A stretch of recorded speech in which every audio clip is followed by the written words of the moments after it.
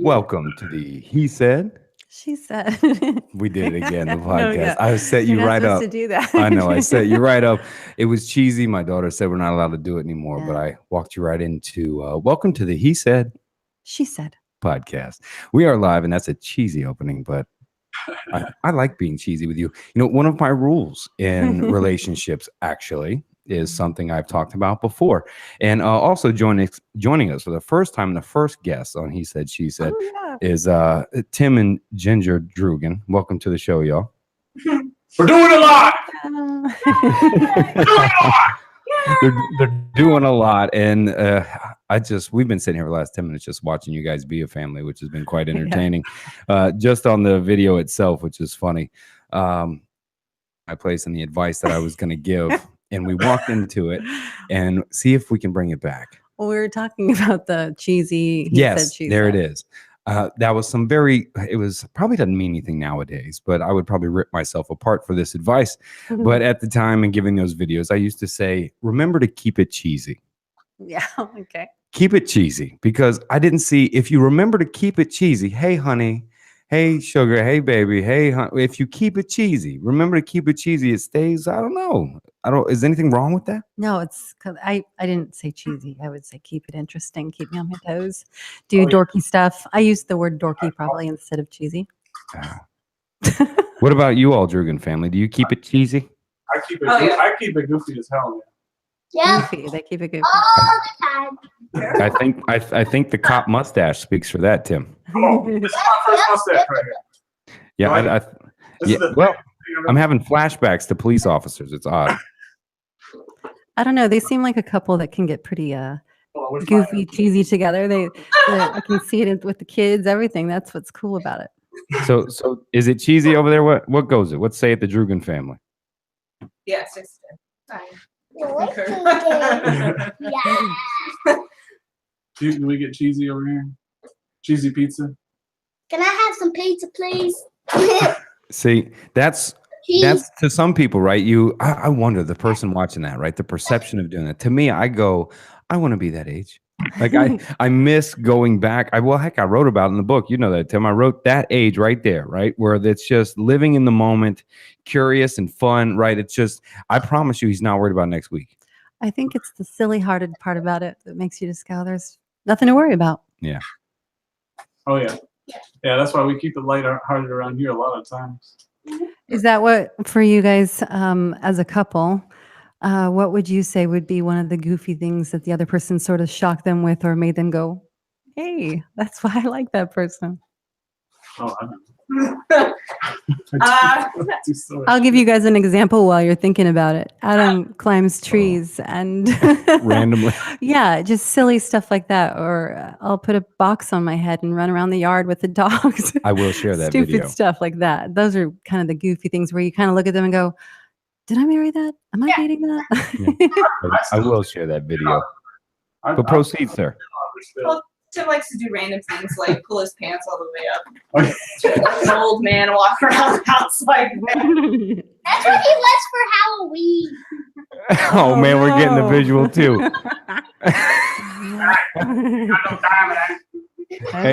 If that is not a biomechanical way to walk around as an old man, Tim. No, not at all. That's not my goal. So, and the randomness, now Ginger, as many people may not know, in a few live videos and a few other things, you have been in the background, in the middle of things, doing things, saying things. And now Ginger's been like, oh, Tim's back. Well, my wife's home and she said, right, or she's doing this. Tim and I talk a lot on the phone, right? Yeah. And so she's kind of been the background in any of my interactions with Tim, kind of back there. Yeah. I know that one time we were on the phone and she just slips a page under the door saying, I'm at Whole Foods. I'm like, okay. You were like, hey, bring Ginger. And I was like, apparently not. No, I can't. Now you all have been together 20 years, right? Yeah. There was a part in the middle I told you about, but you know, for the most part, I mean, we used to live together. Even when we were like 13 years old, like we were living together. What, at 13? Damn near, yeah. Yeah. We had a interesting. Pretty interesting childhood. Yeah. Go on. Yeah. At that point, it wasn't so much really living with her. It was more me sneaking out of the house and sneaking into her window. Oh, Turn So he was Go living on. there. It did turn into us living together Yes. around 50 Living. at her mom's house. my Yeah. grandfather's house. But yeah, we've been together. We've been riding hard for a long time, man. We've had jobs together. We've lived together. You know, we work on all sorts of projects and stuff together. Some chick. And go on, tell me more, Phil and Ginger. Please feel free now. The world is watching, so you can say all the truths now. Show them what's up. Like even we used to like when we were like 16, we used to work at AMC, the movie theater, and then we would take turns. We only had one bike because we were poor, so one of us would stand up on the pegs in the back, and then the other one would take the work. Oh, that's so cute. We saved up and we got our first car. Yeah. So man, I can see the interaction, the childlike history that's still there between you all, and I guess you got to ask, right? I mean, so one, I used to do this. I'd love to walk up to like couples, right, that I knew were together since like Moby Dick was a minnow. Yeah. You know what I mean? Like they're old. Yeah. You know what I mean? And I'm like, so what's the secret? And I'd always ask, what do you know, and what do you know? And it honestly, in the whole research project, it was rather depressing because the answer the gentleman gave me every time did not make me want to stay married for 85 years. You know what I mean? I was kind of like, really? That's what it's going to come to? And, Typical. and so I used to ask that, right? So I would have to ask it here. What's been the secret for 20 years of your relationship? Our ability to grow together, to change together. We like a lot of the same things, If you're down to do a lot of the same stuff, of course you're gonna have a good time together. She's like my best friend, more than anything, beyond being together. So there's that level too. Like we can play video games together, we go on adventures I'm saying together. not we work video games together. with him. I'm telling how many video games I play. Yeah. Well, I told you play video games for the rest of the night. Well, we communicate, and if we have an issue with one another, we're straightforward, and we're like, Yeah, I we've don't been like pretty how honest with each other. you're acting. I don't like what you're doing, and then we That's why I like the tribe so much, because it's like, we try and fix lot the of the time it's situation and in-your-face adjust honesty. to. You guys have kind of moved past the tiptoeing around each other's feelings because you already have that unspoken love where you go, look, bitch, I know you love me, but could you please move that? And that was obviously coming from her to him. See your shirt, Daddy. What's your, oh, in the background. Yeah. Yeah. It's so bright. That's how I knew we were in the background. I could see the whoop. The FPOM. So the friendship that it sounded like it was a friendship way before it became anything. Oh, yeah, obviously, being that age, obviously. She hated me, dude. I did hate him at first. Yeah, I hated his guts. When I first moved over to When I first met him. the middle school, because she didn't like how I joked around, man. Oh. So what'd you do? You joked around too much. Took it the wrong way. She would be like, "This dude, what the hell's wrong with him?" She felt more like you were picking on her instead of just being funny. Right. Well, Ginger, what say you rather than all of our opinions? Yeah, let's stop talking for her. I was gonna guess too. I was gonna be like, how about well, why don't I just ask Ginger? Yeah. Just in the kids. It's fine. Oh yeah, definitely. As the ordering of the Father has spoken, I know. thus the child has moved. Well, Tim was he still is kind of an a-hole. And I did. I know what that means. It froze up. But it's not like not bad. Like he's a nice one. But at the time, I didn't take it very well. Like, and as an example, I had broken my middle finger, and he'd harass me wait. like all. Time out. Uh-oh. Ginger, that was hilarious. It froze screen up for us for the last like probably 10, 15 seconds. And it ended with you going, he's an asshole. And then it froze. We were joking around saying, oh, maybe Tim intentionally had it freeze and it's over. Yeah, she said Tim did it. Tim hit the button. They didn't use it. So now that the listeners know that he's not just an asshole, he's still kind of an asshole, but you were saying. But he's more of a jokey one, and I took it more like personal. And I, like an example, I broke my middle finger, and he'd like go around the school being like, "Make it fist, make it fist, make it fist," nonstop. I'd like, It was her middle finger. Yeah. She's like, "Are you serious right now? Stop talking to me." No, and that wasn't the only thing. You broke your toe too, and you were like hobbling around. I was trying to buy you lunch. You got all pissed off at me. Because you hobbled to the thing. Because I hobbled over to her. Yeah, hobbling might slow me down. Yeah, hobbling would do it. Uh-oh.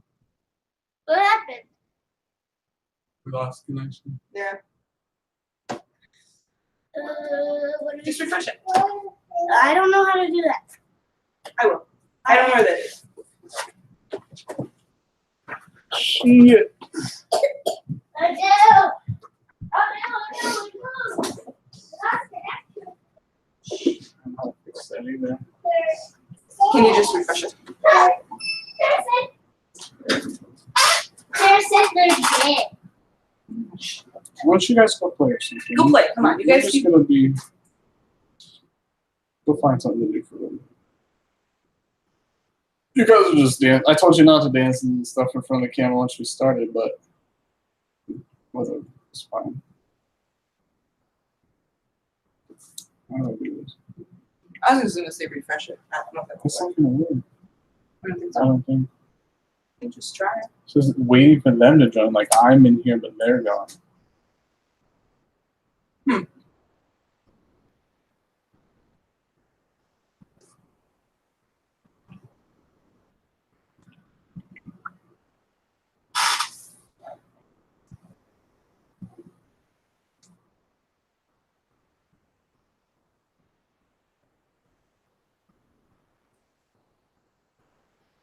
And that was the end. You were just talking about me being an asshole. I didn't get to finish.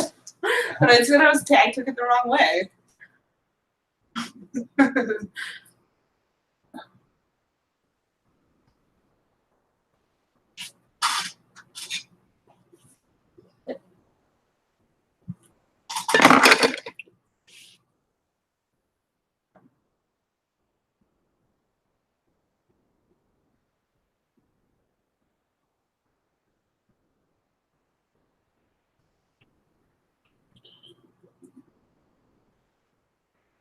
When you said they were doing it?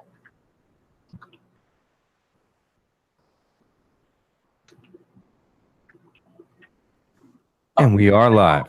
Ooh. Hello. Hi.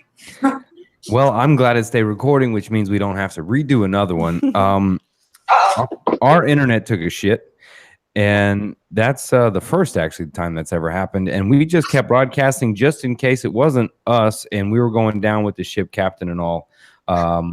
But it was our internet that actually blew. So Because I'm still in here. I was like, well, we lost them, but I'm still. So let me just go ahead and apologize for everything we said about you guys. Yeah. Just No, kidding. anything that was broadcast by the Droogan family by no right is associated, linked to, or is affiliated with the Cognitive Rampage or the Residuals LLC.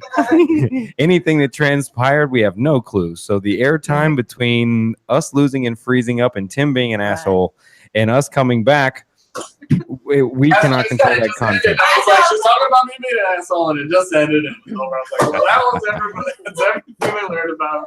Fantastic. It happens, man. Sometimes I've been doing this so long now. I've been in deep conversation with some doctor of something, and they go out and I miss them, and I'm like, well. And it's a can't even topic interrupt. I have no fucking idea what they were saying, honestly. I'm trying to recoup, and I end up just blabbering for another half an hour until maybe they figure it out.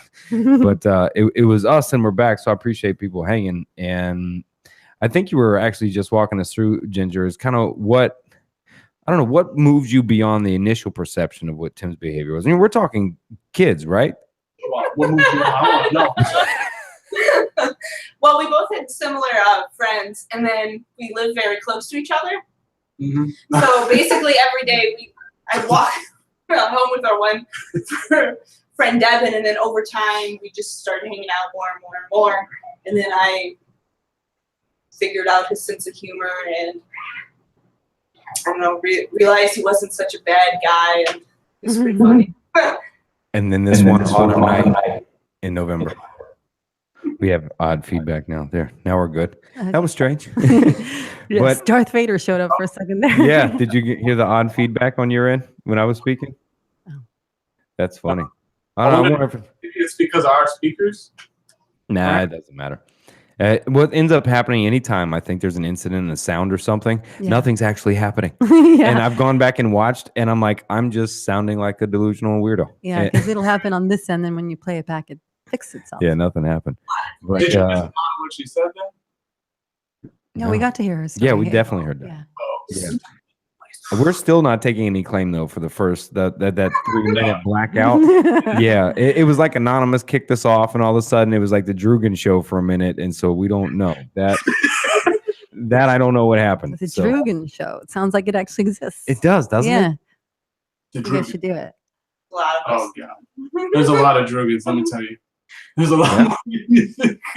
I think that'd be. We see that we should start doing like family name podcasts, where it's like, all right, put your family on front street, like reality podcasting. Yeah. Well, there's those other like podcasters that they do the games with the families and kind of show, throwing up, doing the things. And there's the family games that you would see at the dinner table. They broadcast that. Throwing up. Yeah.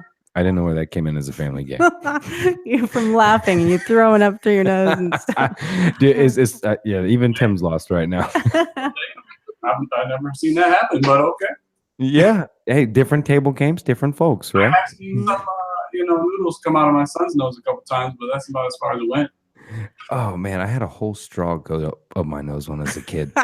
Oh yeah. You asked me one day what was one of the dumbest things that I remember doing, and that was the thought that I had. I remember being pulled on a skateboard with a ski rope tied to a bike, and you make the turn, and you go up the driveway, and we were trying to make it under the driveway or under the under the garage door, but you don't open it all the way, so you try to slip under it. And I was eating and chewing a straw, and it went reverse, and I ate the whole fucking straw. Oh my God. I set up my nose, but I ate the whole thing. Oh, you're lucky you didn't die. Yeah, it was great. And speaking of another freaky straw story, since we're on there, it always matches. You ever have those stories? You talk about something, you have to tell Leads the to other the story. real one. Yeah, well, no, the other one. This Oh, was yeah. watching my cousin. Okay. Well, I'll leave my cousin's name out of it. But we're at Wendy's and we were kids, and she was playing around with 2 straws up her nose, like aha. Yeah. Looked down, and the 2 straws hit the table, jammed up her nose, and just started gushing blood. They Oh were my coming out the gosh. straw. It was it was horrendous. That's horrible. It was horrendous. I don't know how we got on straws. Oh, dumbest shit we ever did. Yeah. Oh yeah, dating Tim. I see, I connected all those. It all comes back. I told you. So walk us though through the actual, through the relationship story, right? We were kind of doing that, but kind of walk us, through what it's been like over the 20 years from how it started to what you do now. Okay. Where were we at? You were saying something. How I got over my. She was talking about the bike riding and how you guys shared that experience of growing up together and got jobs, cars, and first things. So she kind of ended at about 16. Oh, okay. Well, neither one of us had a very stable family, I guess. Yeah. Mhm. So that's one of the reasons how we connected growing up. Right. I lived with my grandparents, and then he was kind I lived of. with my grandparents before I moved over here. That's how I met her. I moved out of there, and my mom had moved in with a stepdad. And just so people can kind of, if you're following along like I am with a visual, that's a weird thing. A visual setting. Where are we? Where are we? What's the setting? Or what's the state? Where are we? Where are you? Not us, but Like the state of Illinois. okay, Illinois. So we're in Illinois. I'm zapping back. I'm kind of setting the time frame. We want to know if we want to imagine you in the streets, in the woods. Yeah, around the streets a lot. Well, you were in the woods a lot. Barefoot climbing trees and stuff. That was your thing. Yeah, I would get her out. We go out and explore and shit a lot. She more wanted to hang out at home and sit around and watch TV and stuff. I'm like, no, let's get outside and break some stuff and climb some trees and maybe see some lawn ornaments and stuff. Yeah, we did some bad things. We ain't like that anymore. You're not out stealing Christmas gnomes or anything.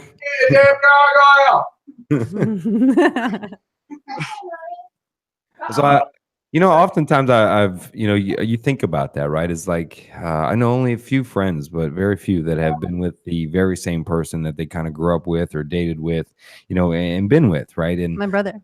yeah, yeah. So your brother too. So I often looked at that and said, well, sometimes you look over it, well, what it's like not with them, what it's like with the whole, right? There's no Yeah. grass is greener. Yeah, yeah. So oftentimes I would reminisce, right? And look back and go, man, what would it be like to have, although I do have that kind of feeling with you. Like even when I met you, it was like, ah, how you doing? Hey, where Good have to you find been? yeah, where you been? It was weird how we met. It felt like that. It did. It felt like our spirits chilled out in another world once before.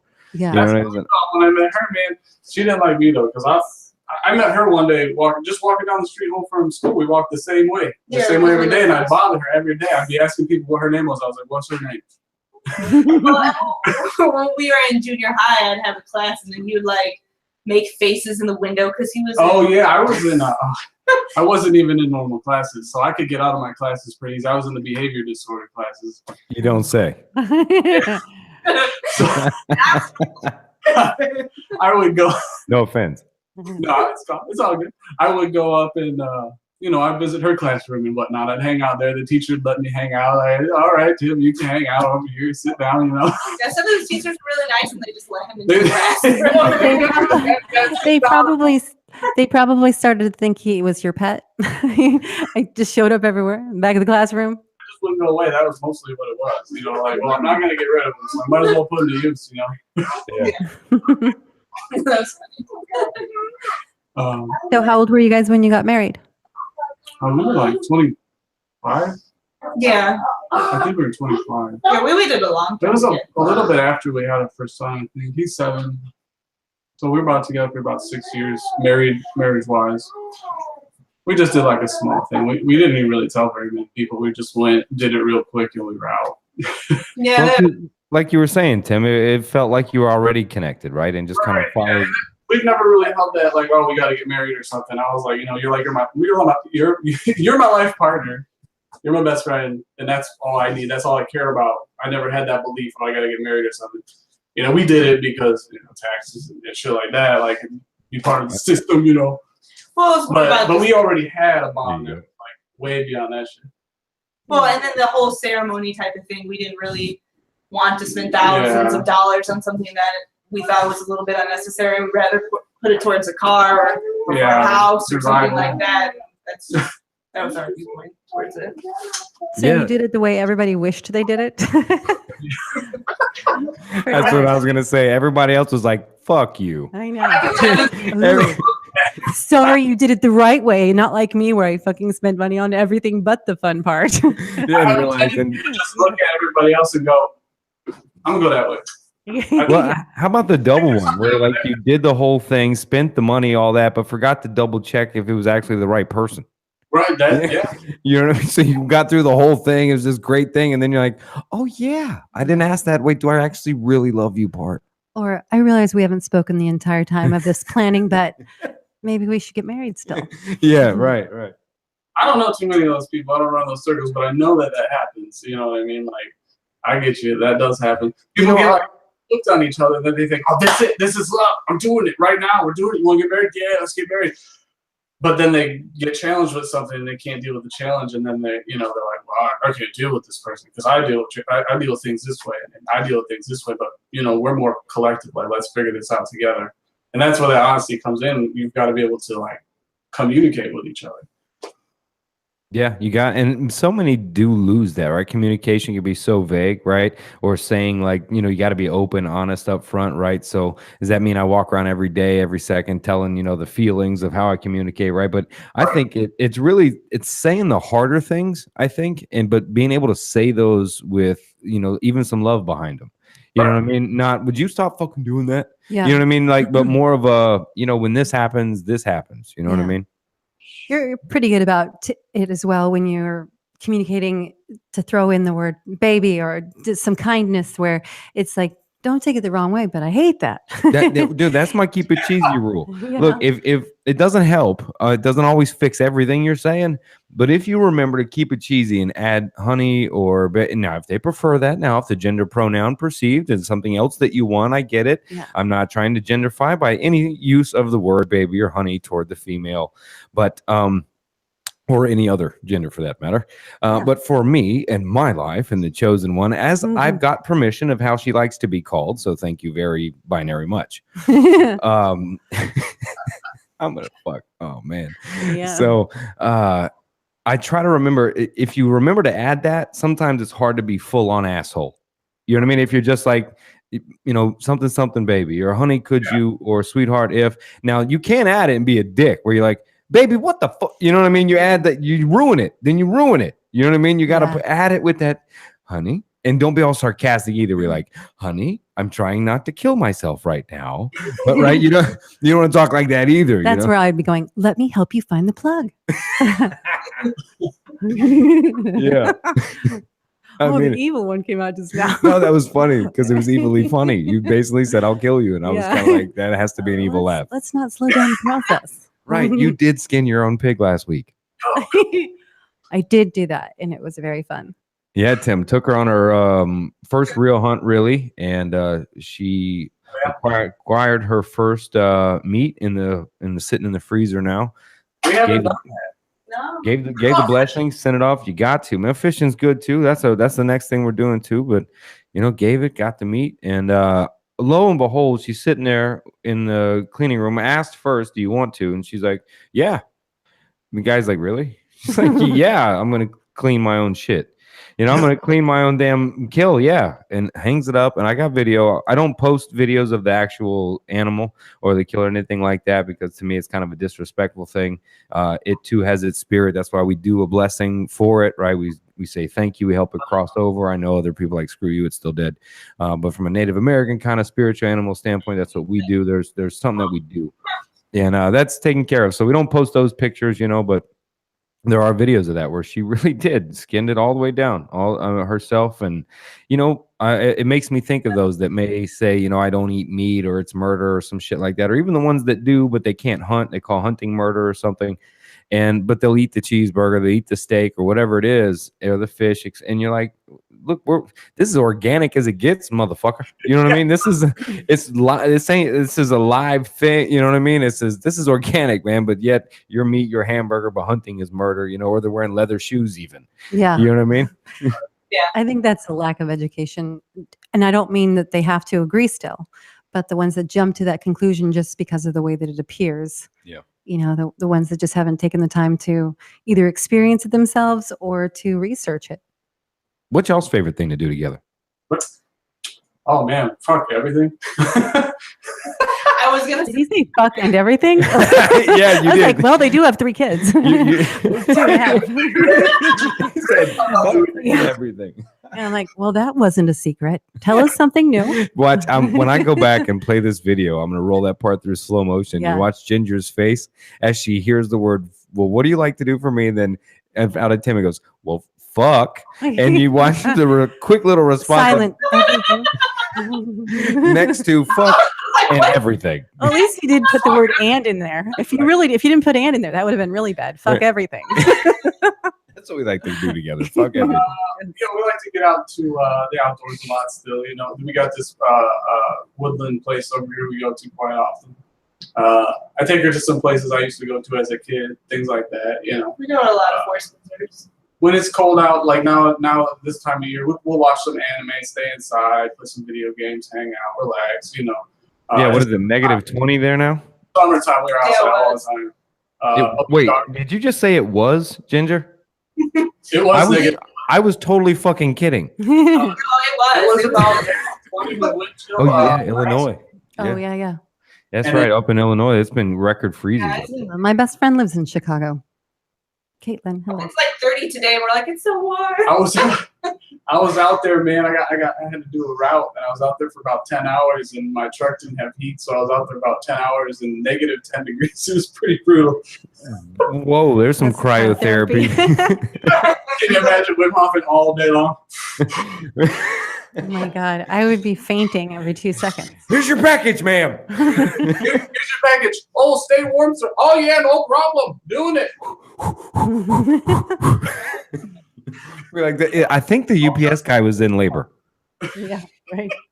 I don't know what's wrong with him. Maybe he's having cramps. Shit, but fuck, 10 hours riding around in 30 degrees because you guys, no doors or nothing. You just got the little slide metal rectangle thing you're in. Yeah. Yeah. But Sometimes with that happens. Sometimes they open while you're driving. That happens. I've been. Don't tell me you're still a rebel rocking the UPS shorts in that 30 degrees, are you? Once in a while. You Once in a while. would. No, he's going like this. I wish I had. Dang it. No, I did this year. I really No. took off because I was like, it takes a lot of energy. You know what I mean? Like I could do it, but it burns through your energy. So I'm like, fuck this. Like I can do it, but why? Yeah. I'd rather just stay warm. This So I don't year even do it was- anymore. I could go outside and walk barefoot in the snow all I want and stuff. You know what I mean? But it's to a degree, so I'm not pushing it. Yeah. Yeah. Ginger, He was working a lot. It was like 6 days and 70 hours a week. It was very intense for the seasonal peak, is what they call it. You know.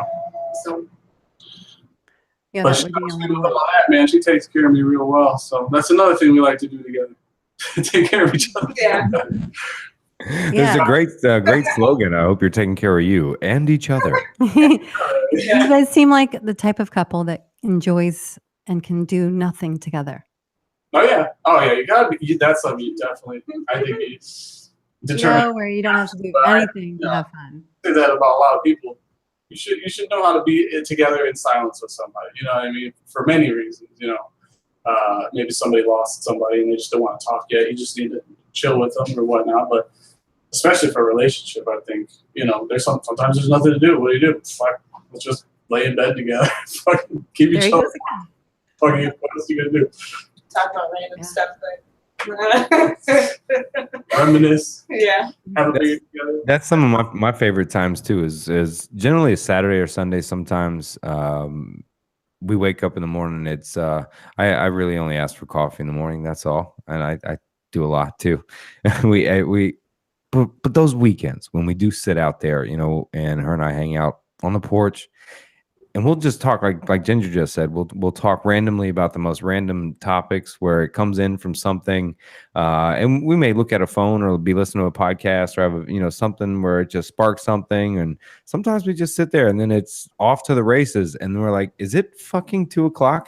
You know what I mean? On Saturday, we're like, what a pot of coffee later, and some chatting. And I like you guys said, that's some of my random fun. Like if it's just fun because you don't really expect the conversation, then you're like, fuck, we'll do the chores tomorrow. You know what I mean? We'll take care of that shit tomorrow. Usually the things that don't cost money are the ones that are the most fun. You know what I Yeah. mean? Where you actually have to communicate or spend more quality time, where it's not about the event, it's just about what you're doing.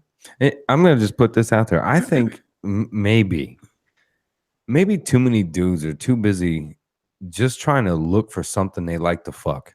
Yeah. I'm just being straightforward. Yeah. All right. Is they're really looking for something they strictly just like to fuck all the time. Well, women And- do that too. Which, mind you, it's over 60, 70, 80 years. Unless you have the other, that goes away. Yeah. So no matter how good the fucking is, if you don't have the friendship and the hang in, but if you don't have that too, eventually that fucking goes away because it transforms over time. It evolves into different, right? I used to say there's fucking, then there's making love, then there's like the crossover of it, And I think a lot of dudes for I don't know, man. And look, I'm generalizing. I know I'm GU and like a motherfucker, but it's hard not to see to where it's really led with what the eyes find pleasing, and a lot of times what they find to be attractive in their life really has been told to them anyway. Yeah. They haven't figured it out on Right. So Yeah. they end up suppressing what they're really attracted to by going after what they think they're supposed to be attracted to or be with, right? Chasing those eyes instead of maybe the couple mistakes down the line, right? And then you really start to look past that. But I think at least at a younger age, right? Looking around, you kind of start with that, thinking that that's going to be the next 30 years, the 10 years. That's what's going to key it in. The fact that I actually want to have sex with this person all the time, as much as, right? It's kind of gauged on that. And I think people miss out and so-called make wrong choices, right? And people end up being assholes to people that aren't really assholes, and trying to get past that. And I don't know, man. And I don't know. I've said it enough. I'm done looking at trying to understand love from a rational fucking perspective. Right. I've quit. I'm done. Love is irrational as fuck. So I'm glad to hear you're giving up. That sounds so finished. No, I'm finished with the idea of trying to make it rational. Oh, I see. Okay. Right, of trying to make it rational because one, there wouldn't be 6 million books on the fucking thing, on love or what it means or relationships, etc. You know, but to try to take a concept such as love and make it a rational, you know, domino effect, cause and effect thing. Good fucking luck. You know what I mean? Between the Freudian suppressing issues and the fucking environments and the social culture curating what you're supposed to be with, but good fucking luck. That's what they're kind of doing when it's You like, know? this, you go on this couple dates. Oh, we love each other. We get married. We do this. We do that. You're on the fucking treadmill. You ain't doing nothing different. You're being told how to fucking. Yeah, it's that pressure of, okay, well, why does there have to be a next stage? Yeah. What's the fucking why this stage? I'm with you. Yeah. I'm here. I don't want to be around any. A lot of times we just notice we're at a different stage. We're like, oh shit, we're here. Yeah. We made it. What are we doing? Well, let's be real. The stage signifies acquiring debt. That's what that means. So I'm ready to move into the next stage of our lives. Here's what you're saying. I'm ready to take on massive amounts of more debt. That's what that means. I'm ready to spend 20 grand on a wedding we can't afford. Hopefully your dad will pay for half of it. Fight with us along the way. Argue about how much money we could have spent on the honeymoon if we just had and saved it, right? And it becomes acquisition. Well, I think it's time to move to the next stage and have a kid. Cha-ching. I think it's time to move to the next stage and buy a house. Cha-ching. It's all debt. Each step, but you can't say that to a motherfucker, right? That's why you got to say, I think it's time we move to the next stage. I'm in so much stuff. I'm so in love that I'll deal with that debt. You know, that's it. I'll just deal with it. Yeah, it's the lock-in, man. I don't know how much it does affect, right? The idea that this is what the typical argument, right? Here's what he said on this side. Here's your general typical he said comment is that getting married, right? You spend the money on the honeymoon of the thing, and then the idea that I can't leave if I want to. This is what the guy, I've heard women say it too, is where they go, well, once you put the ring on and you live in the same place, then you know you can't leave. So once you're not married, then you know that they could always leave or you could always leave. So there's kind of this standoff of like, we'll know how far we're willing to go because it's a couple packs and the person's gone. And really, the marriage means that you can't leave. And once that sets in, the bitterness begins. Yeah, it's been given the seriousness of, you really mean it since we're married. Yeah, right. You know, And no, you I'm didn't not really mean it before. But now that we're married, that you signed that one paper that is, you really mean it now. Thank you. Right, yeah. We'll be together forever now. Can't 50% chance. Yeah. Right? Do you take an umbrella if it's 50-50 chance of showers outside when you go to work? Me? Yep. Rain on me. Right. I just mean for the most part. How about this? Do you walk across the glass bridge over the Grand Canyon with a 50-50 shot at breaks? No. Right. I would not do that. Tim, will you marry me? Yeah. You see, you just took the same motherfucking risk. That is the same chances you got. I got trapped. Right? This is You the same. sort of did a Chappelle action there where you showed the pop line before. Yeah, I gave you the punchline before I gave you the joke. Yeah, I mean, but this is the real truth, man. This is the, but Yeah. what's that?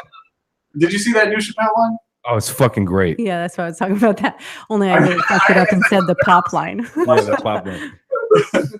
That shit was fucking great from just a written standpoint. The way that show is constructed, the way he delivers it. I mean, if there's an ever drop the mic performance for Chappelle to really walk off, that was it.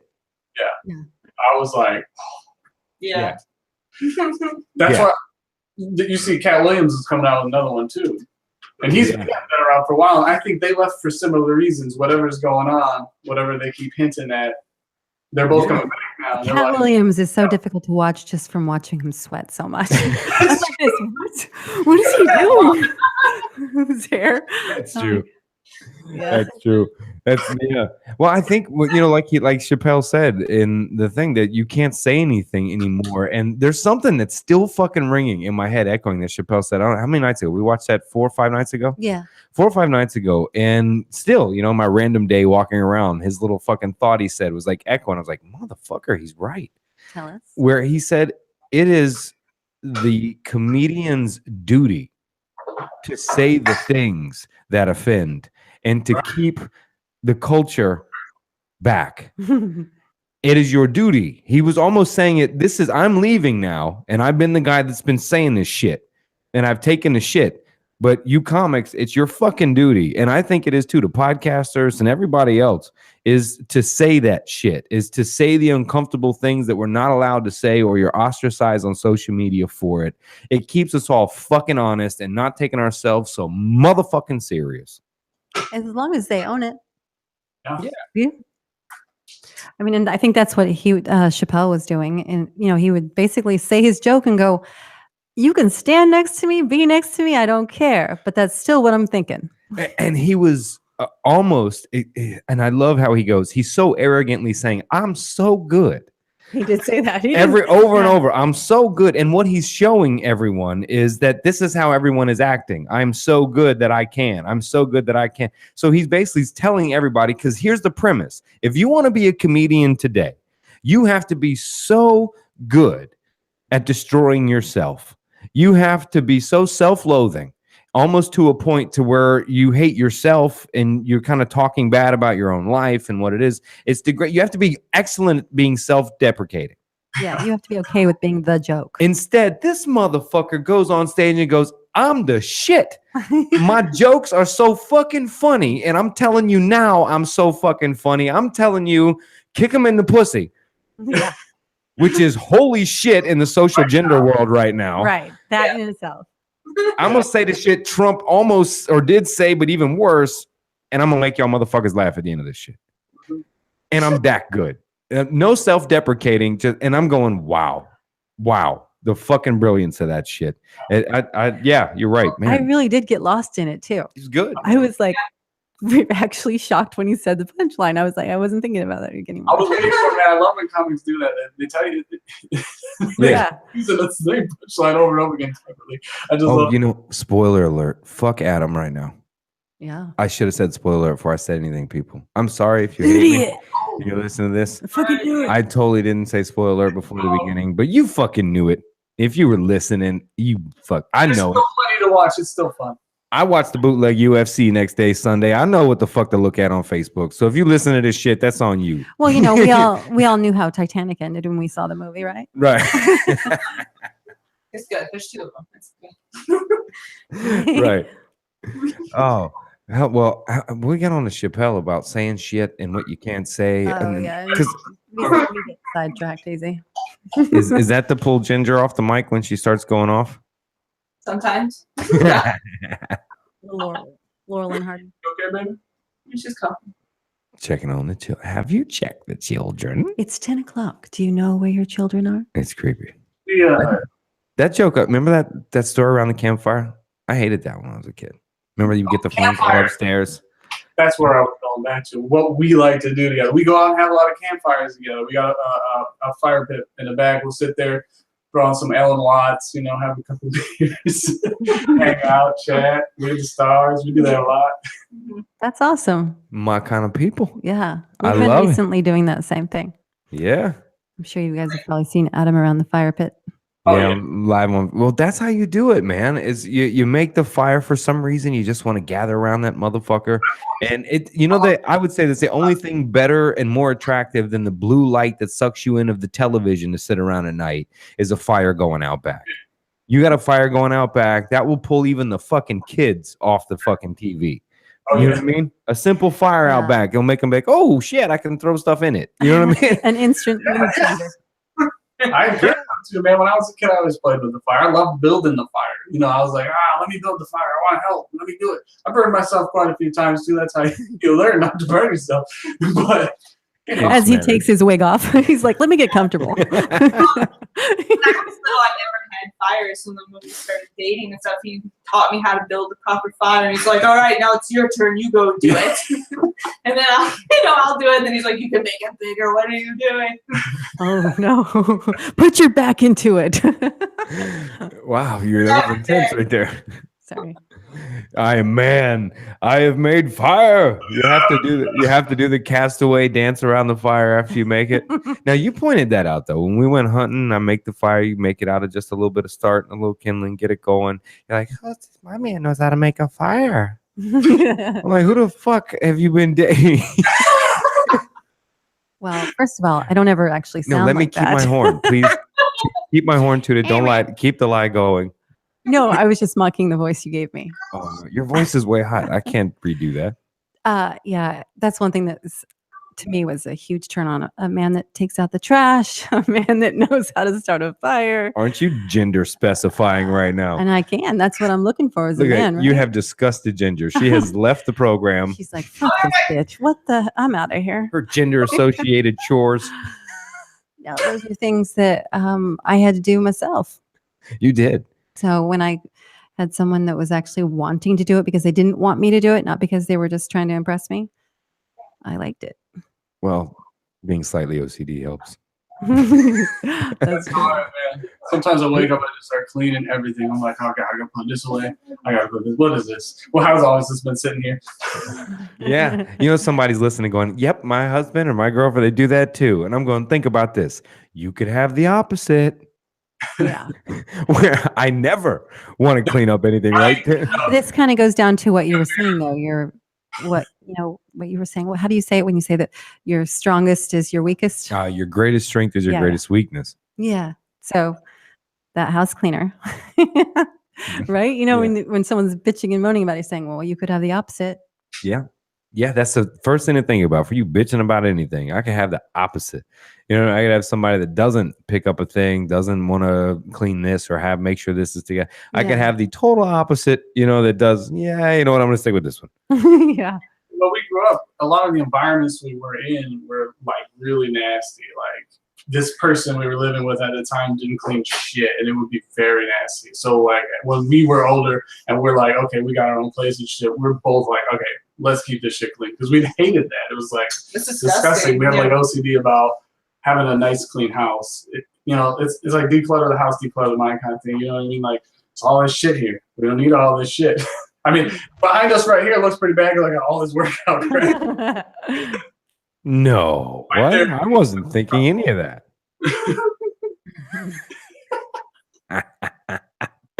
I'm just playing. You were saying? I try to covertly tell me to clean my fucking gym up.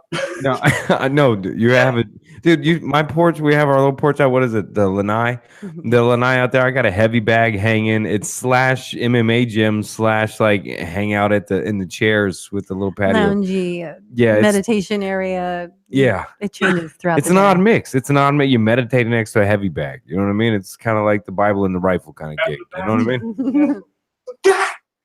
It's right. It's like I'll pray for your soul as I rip it out. Rah. I don't know. I roared for some reason. Yeah. I was thinking Yeah. you were going to do that movie theme. Oh, Indiana Jones, Reach in the Heart, Hum Hum Shabbat Yes. guy. Yeah, that's what I was waiting for. I've often Hum Hum asked, Shabbat. where is the Hum Hum Shabbat guy from Indiana Jones? Didn't they all Where is go he now? down in flames? Not in the movie. In Oh, real you life, know. the guy who got his heart ripped out by the dark priest in Indiana Jones Temple of Doom reaches in there. Wanna hang out? Right. What's he? Well, they're busy with the kids. I'm being a kid. That's okay. Right. The I'm guy listening. who starts saying Hum Hum Shabbat as I wonder if I'm saying something offensive in some other language. I don't know, Yeah. but I should look into that. Where's that guy now? Yeah, that was quite a long time ago. So might be no Yeah. longer with us. Nah. Well, his heart was ripped out. So, speaking of hearts ripped out, welcome, Tim and Ginger. Hello, sir. Oh, does he want to say that? Welcome from the other side of planet Earth. Welcome. Hello, child. Oh, look, he's no longer all over it. Oh, he's being look at He's all settled shy. down. Look, I wonder, what did you do, Mom? Yeah. Went off camera for a minute. Now I got this. She broke a sweat. Yeah, I got this astute young child. Look at him like a young man, very still and smiling like a good young man. Earlier on the podcast, he's doing acrobatic act. Yeah, Mom was off camera committing assault. I'm kidding. I'm just kidding. Sure. Where'd you get that shirt? I can't read the shirt. What's that say? It says right there. 'Cause I got it when I was in Minneapolis this year. I'm That's sorry. where he got that shirt. It's a running joke. That's my running joke. I was Every like, time I have to we're- put up with this. They they'll go like live or something. I'll be at work, and that's how we kind of use the live thing. That's what I've started to use my phone for. So I'll just throw the live up there so they can watch me at work and I can talk to them and stuff all day long. And they'll be up there and I'll be like, "Hey man, what's going on? Where'd you get? That's a really nice shirt. Where'd you get that?" He's always like, "Oh yeah, here we go." So we talked last time on the phone, Tim, about what you were doing in the backyard with the growing of the vegetables, had your own food. You Oh, go, yeah, man, we haven't even gotten on those topics and stuff yet. yeah, well, that's because we're cool like that, man. We go with the flow. That's something that we like to do together. Yeah, we do like some urban gardening, and we've been doing it for a couple of years. We've been living in this house for the past 3 years. Somebody was nice enough to let us rent this space from them, and they let us pretty much do whatever we want. So we built a pretty big garden in the back there. She runs most of it. She tells me what to do. She knows a hell of a lot more about farming than I do. In a lot of ways. I'm more like, let's build it. Tell me what to do. You know what I mean? I'm more of the functional patterns guy, like the physical training. Like, all right, let's do that. Mhm. She's got the green thumb, I guess you'd say. You got you. Doing a lot better. Like at first it wasn't so good. The cactuses are starting to stay alive. Yeah, you're doing a really good job, Tim. Remember, you only have to water this every 6 months. Right. So I think we're watering and overkilling our plant on the inside. So I'm not going to speak anything right now. Oh yeah, that was our first experience. I'm looking at this plant and there's a couple yellow leaves going. I'm like, wow, babe, have you been watering the plant? Yes, ma'am. So we were both watering the plant, so it's drowning in there. So Well, yeah, we're gonna have to designate that. It's been overloved. Yeah. You do things with the kids and stuff too. Yeah, well, what we have is the vegetables. We even have fruits, and then we have not grains yet, but we had like 70 mini pumpkins this year. We did really good with that. Oh, cool. Everything, and I have a whole bunch of herbs, and the kids help me Here we go. take them, and then we dry them out and we can them. And they help me if we make like pumpkin pie or pickles or anything from the garden. I have kids stew. They help me take it, clean it, cut it, make it. Looking to expand more and more. Figure out how we can like build, on small spaces. I like the idea of vertical gardening and stuff, so I'm trying to figure out how I can like build contraptions and whatnot. But we might be moving out of this place right now, so I stopped kind of like, forget it, I'll figure it out later. I'm doing all this functional pattern stuff right now, and she's pregnant, so it's going to be kind of hard this year. We're going to see how that works out. Yeah. Because we got to get started on it, right? I didn't want to say anything, right? Because that's the one thing you don't want to get fucking wrong when you ask.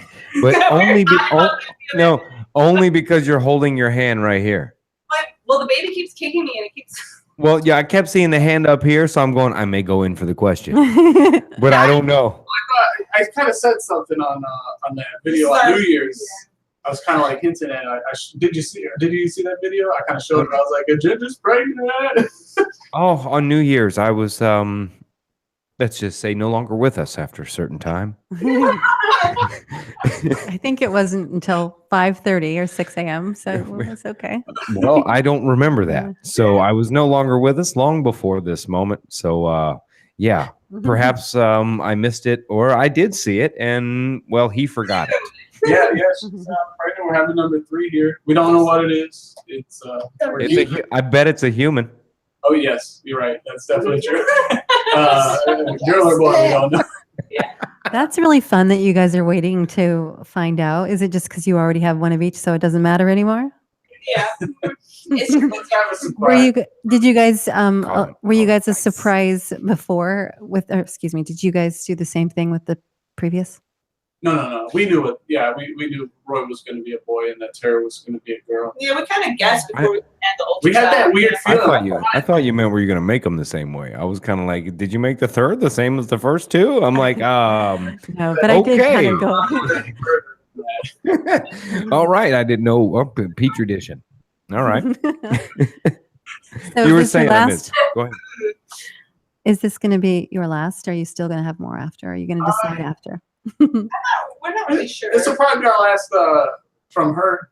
We would Yeah. like to adopt or something in the future. Oh God, I think, man, God, Tim, with the slow wording, man, this will be the last one from her.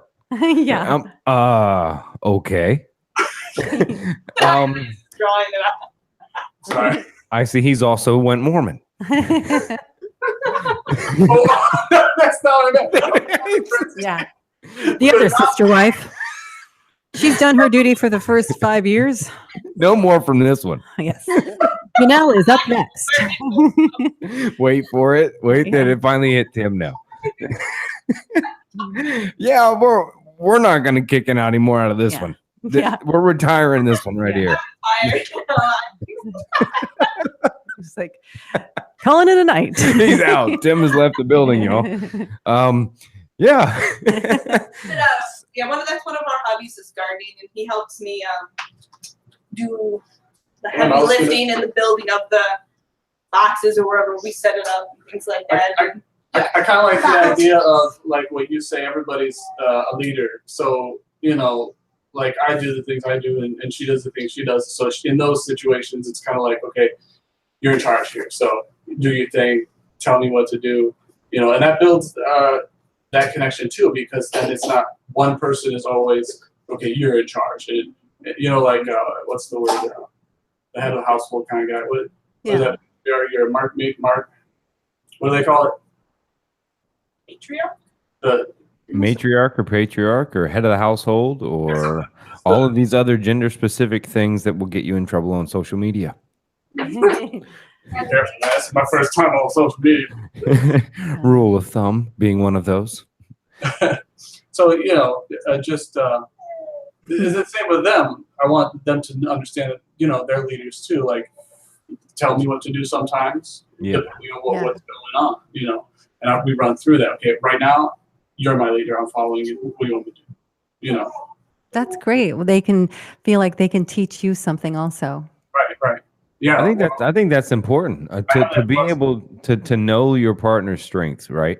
And rather than fight for the leadership, I don't think it's disrespectful in any way. I see some people try to earn it like you give it up, but I think it's smart to go, hey, look, this is, and not laziness either, right? To where the guy or girl or even guy, so much better. right? You do it so much better than me. I don't know how to clean a window. Like, get the fuck out of here. You know what I mean? You can close. Sorry with the little ones. Get the heck out of here. You can scream. You can wash a window. You know what I mean? Yeah. So not that way, but the idea where you really recognize your partner's strengths and have the humility to go, it functions better if I'm just the first mate right now. Right. Yeah, that takes some humility to do so. That's it. So has that been a key ingredient in keeping the relationship strong? Ginger? Oh yeah. Yeah, definitely. Because she's also the homeschool teacher too, and I throw things in there and I help out as well. But obviously, she's doing a lot of that, so she's the leader in that realm as well. So she's got a lot. Daddy, I Of can see your shirt. Yeah. And we can see you. How are you, Tara?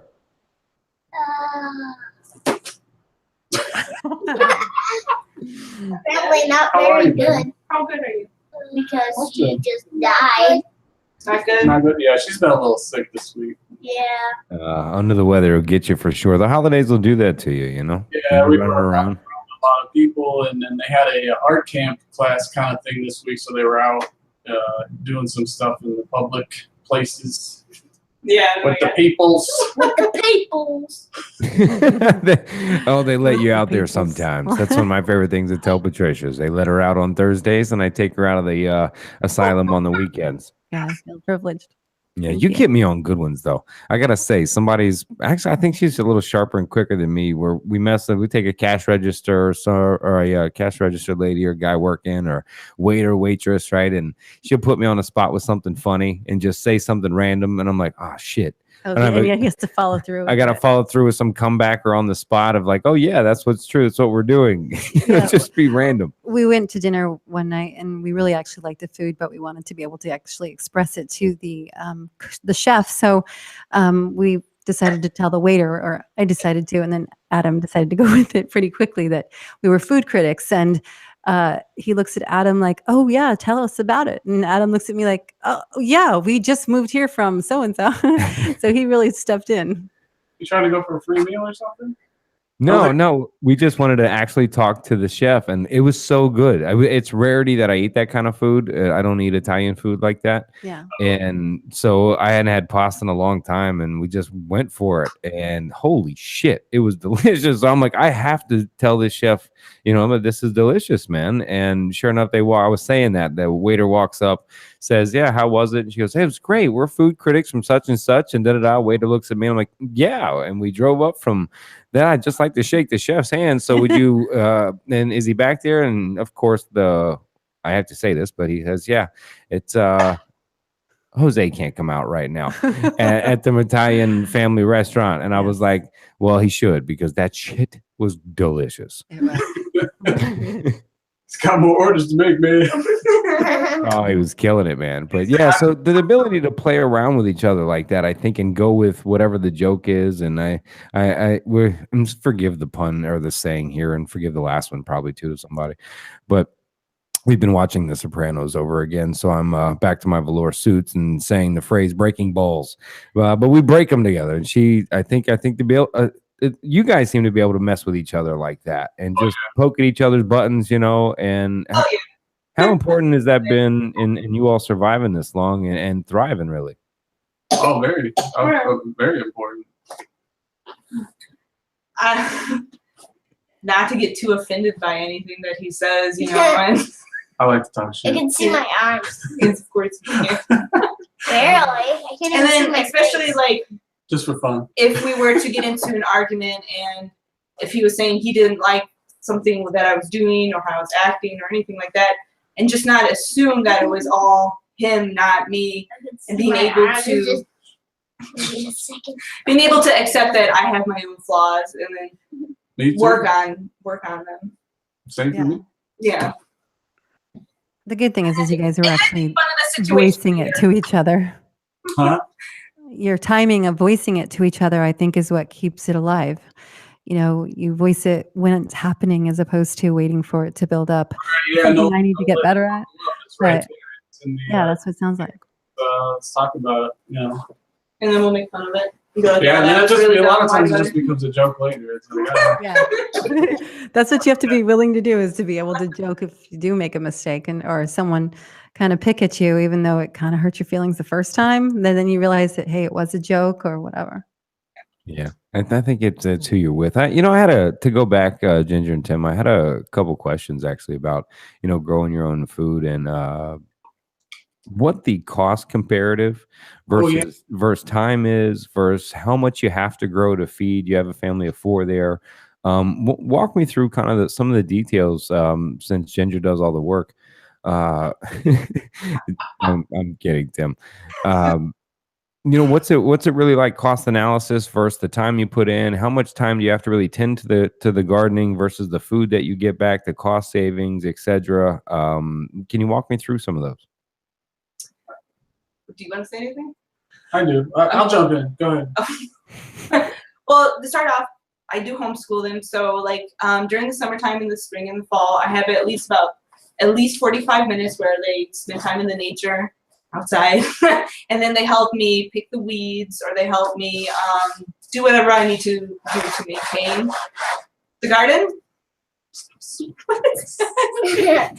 sorry. I just see myself moving the same way, like Yeah, well, it's a second after. No, it's like a second after. It's called a delay. He's like, right after I do it. But But we really don't have to do. We don't use any type of chemicals in Yeah, our we don't use garden, and we ended up pesticides. turning our front yard into a pollinator habitat. Come bug. And they helped me do all that too. And it doesn't take that much time if you kind of just. Go, well, we walk through that. You pollinated habitat. Walk us through what that is. Well, it's. No, go ahead. You got it. You doing it. Hit Tim's out. He's like, oh no, Adam already said that shit. I'm out. You started it. Well, what we did was we first originally started researching different types of plants, and we try here to make sure that we're making a good impact on the environment, trying to Restore it. yeah, because a lot of people around us are constantly putting chemicals. You don't see any type of bees or anything around us, so. Yeah, we've actually changed the environment over here pretty noticeably, even since we first moved in. The first year there weren't that many bees and whatnot, and just throwing in butterflies and caterpillars and all that, and just throwing those plants down, man, it changed a hell of a lot. Yeah, so we learned They about. come in, and they start. I'm like, where did they come from? They're here. They came. So we learned about different types of plants, where to put them, which ones do which. Yeah, Like- the co-planting stuff, things that work together. Where do they work together? Yeah. Like if we don't want ants, we put a whole bunch of mint everywhere. Yeah, we got. And the bees love the mint. Yeah, we And then got what we And some grow weird-ass mint. flies And then, but what we planted too was like edible things too, like echinacea and mint and things like that we harvest and then we turn into teas and things like that. Like, Um, and we got carrots too. yeah, we grew carrots. One of the carrots this year had like 2 carrots going out of it, so it looked like it had 2 little arms. Like, Well, that's one of the things that we would grow. We put that in our green shake, the ones that we make daily. We eat. So there's things like broccoli and carrots, those kind of things. But keep going. I'm learning a lot already about bees and everything else. So please proceed. The 3 of you actually. Yeah, sorry. Sorry, we work as one. It's kind of like one voice. There's so here. much to say. I don't even know where to like begin. It's kind of but we started off with just common vegetables, just like kale, carrots, bugs. lettuce, and tomatoes. And then over the years we've expanded. We've got corn, pumpkins. I have a whole little patch just of fruit. And then itself we've got raspberries and blueberries and strawberries have saved us. Tara eats all the blueberries. Yeah, it's hard to get the cost savings on that one. I don't see half of the food, He's going, we do. We have the garden to feed the Where'd animals. they go? The kids eat a lot of the fruit, but we try and mostly buy organic fruit, so that has helped us save a lot. Because like in Illinois, you could get a box of strawberries and they're like $6 for just organic, and that's expensive for a family to keep buying all that fruit because we eat a lot of fruit. And infrastructure-wise, I built a lot of the boxes, and I go and I'll get the dirt myself, and the dirt's not that expensive, so I could build it above ground. So I think I spent maybe $300 or $400, but over a couple of years, and that's just to build the infrastructure. So we probably produced quite a bit, Yeah, and we've saved all the seeds that we've used. You saved the seeds, And then some of our friends' family have had gardens, and they gave us the seeds, and I just some reused them. people So. give us seeds. That's so cool. And we give out lots of stuff too. Like here, have some of this, have some of this, have some peppers, Yeah, during have some tomatoes. We got so much shit taken. the end harvest, I guess, for pumpkins, we had a big fire, and all of our friends came over, and we handed out pumpkins. Because I mean, it was just a nice thing. We don't need 70 of them. Yeah, I don't need 70 pumpkins. I just grill. At this point. Hey, in Halloween, that $19 pumpkin or whatever the kids want to carve, or that Publix is charging for that big old thing, right? I mean, you guys give them out to the community. I think once people realize and see something like that in their own community, their own neighbor, of that can happen, I think it honestly makes people start to feel like, hey, maybe I could do that, because a lot of people think buying organic is way too expensive. But really, if you level it out with the amount of food you're buying and how much shit you actually buy, you actually spend probably less money if you buy better food for you. But Yeah. I think, passing it out like that's kind of what is a tradition in my family is the Lowry, men would pass out the fish that we speared or caught, or the lobster that we got from our take that year, passing out venison, etc. you just kind of did that. You went to a friend's house, and that would make them curious about hunting or diving or fishing or something. And when you're doing that with the vegetables, I think you make somebody think, hey, man, my neighbor Ginger and Tim, they grew this. You know, how long does that take? And Tim, you know, last time we talked, you were talking about how you were bringing that knowledge to people at your work, you know, around your community, etc. Yeah, I'm always talking about what's going on here, trying to get people fired up, but don't take too quickly. Speaking of the neighbors, I think our neighbors think we're absolutely insane because I'll be walking around in my shorts in the winter, you know. We spend a lot of time outside too. We spend a lot of time outside in just our shorts. You guys are the neighborhood entertainment where they're wearing shorts. It's 30 below. What are they doing? There they go again, walking around in their shorts. Those weird people. You guys are the burbs. Yes. Yeah, we haven't got too many neighbors get too excited about it and want to, you know, see or participate. Yeah, not our neighbors. No, we got these people right here. All they do is keep spraying chemicals. These people right next to us made a garden because they saw us making a garden, and then they planted like 2 things, and then they left it there and we never saw them tending to it because we're out there all the time. But the guy McDonald's was too easy for him. The woman next door was going, they do stuff. Why aren't you doing it? Or the male is going, she does stuff. Why aren't you doing it? Ooh. So then the other one goes out there and goes, I can do it just like she did. And she'll get it started. Yeah. You know what I mean? Maybe it was one of those things of them going, well, they're living. Why can't we? I would not doubt that at all, man, that you guys are out there playing well, I was going to say something similar, but not to the he said, she said, like you said. Sorry. It. I think you were right on point. But my thought was, you know, man, as you were talking, how could someone get pissed? And I thought, because what you're doing out there, Tim and Ginger, and showing the kids, you're not inside, you're outside, you're interacting as a family under the sun or in the firelight, you're growing food together. What it does is make people's beliefs of the life that they've chosen of daytime television and takeout as some sort of life setup for them. And when you see that, if the response is not well, it's really going, hey, you're making me question how I've chosen to live my life lately, or most of my life. And they're like, whoa, what's going on over at that house? But we've always, like if I make something, like example, we had a whole bunch of cucumbers and we made some pickles. I made a whole bunch of different styles or types. And we handed them out to people from his work, and everybody seemed to enjoy it. And they're like, "Oh, let's get more of those pickles next year." And I was like, "Come over here, and I'll show you how to do it." You know? But we'll see how that goes. So all in all, Tim, you spend a couple $100 getting this garden set up, right? Yeah. And I didn't have that much money. You know, I just budgeting and just working with what I had and using my tools. A lot of times I didn't even have the right freaking tools. It just made it work. So. Well, with him being a driver, he's able to find like free firewood or pallets and things like that. That's another thing I'm doing. I'm driving around out there all day. Yeah. Not that far away. So if I'm seeing some good stuff, we'll go out there and grab it. Oh, there's a pile of wood. Grab the van. Let's get it. We were doing that just the other day. She'll bring the van out and I'll just sit there and load it up. And so we kind of do that too. So you're criminals together. I got you. I'm kidding. We did that for New Year's.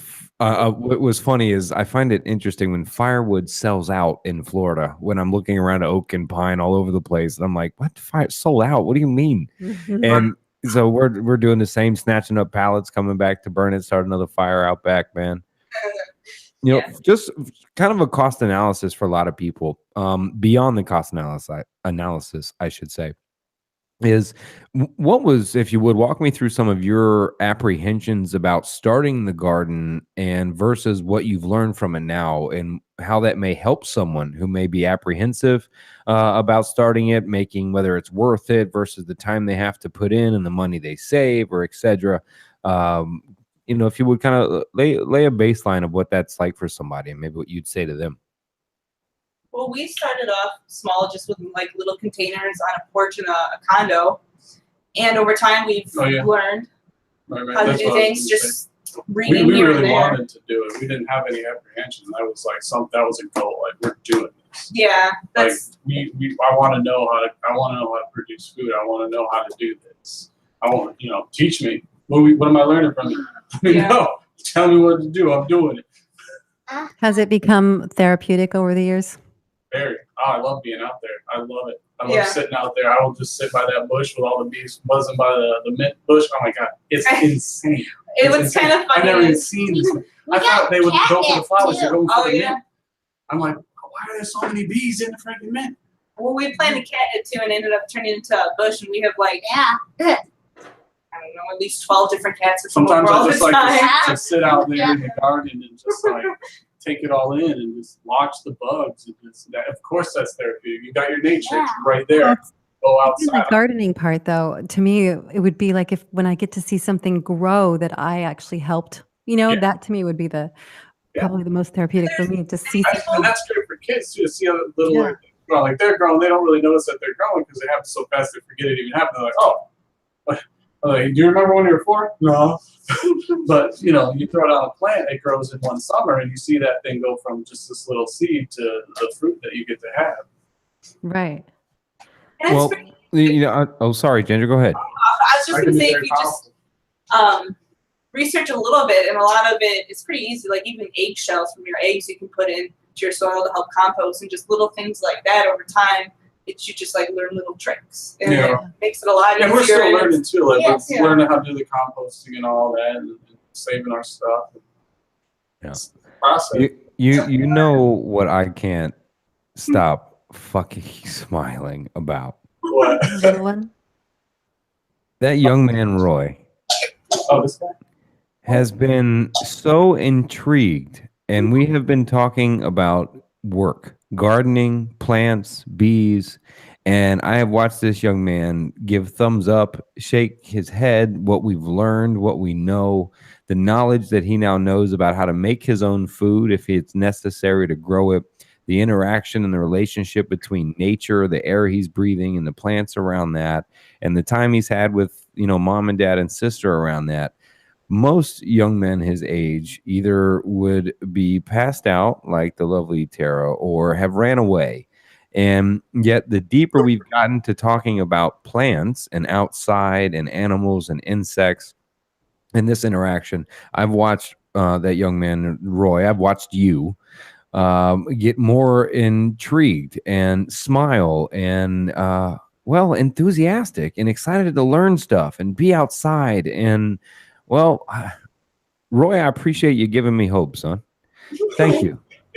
I appreciate that. And the Droogan family actually giving me some hope here about the future of Absolutely families and what to do and how to really do it and not to be sucked into the machine. Yeah.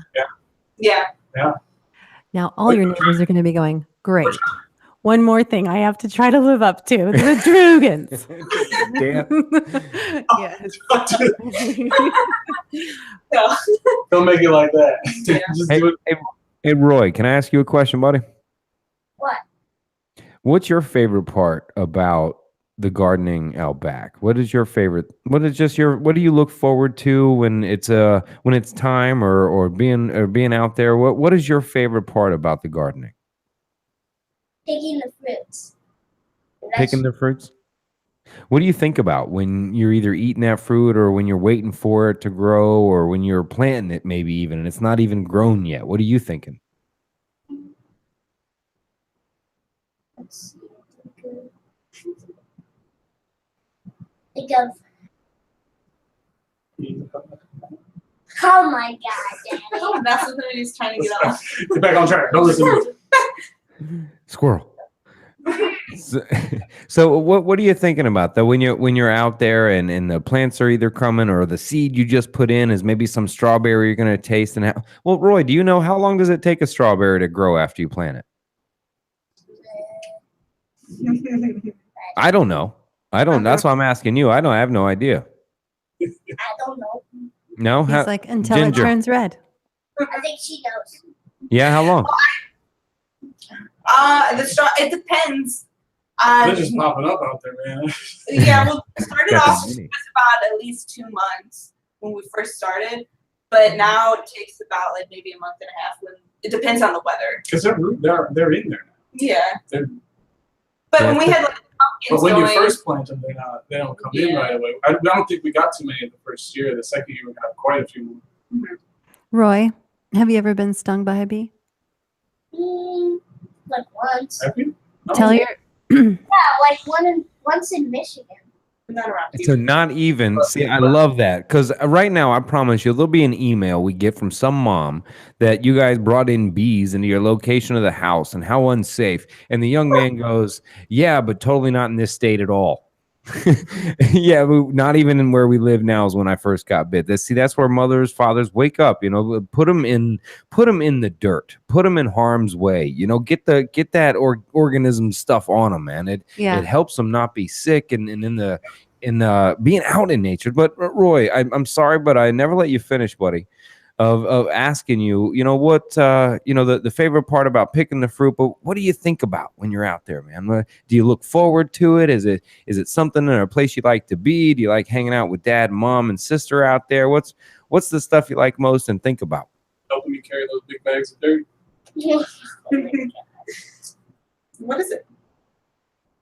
I like helping mommy make like stuff with the fruit.